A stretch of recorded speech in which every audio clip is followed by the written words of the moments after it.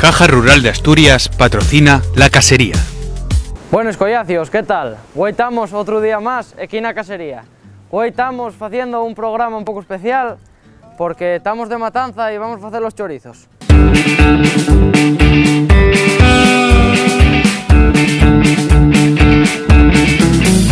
Aquí ahora pues están amarrando los chorizos, allí está mi abuela amarrando los cabeceres y aquí tenemos a la pequeña pinchándolos para sacarlos al aire y después nada, cuando ya están pinchados y amarrados y todo, pues esto diría al palo y del palo pues ya lo colgamos para fumarlos.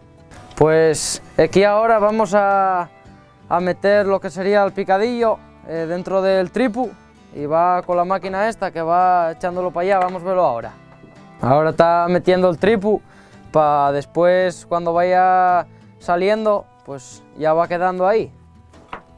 Dai.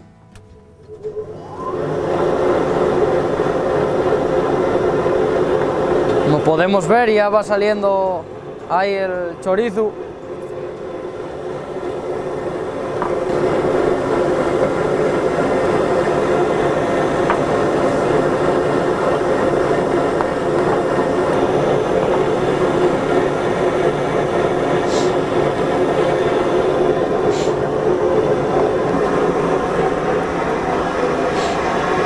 Ahora voy a pincharlos yo un poco también. Pues ahora estamos colgándolos aquí en el palo para llevarlos para el cubil a fumar.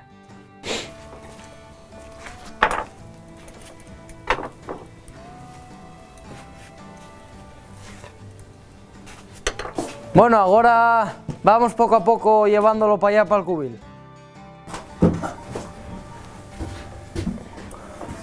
Más para allá, contra la ventana.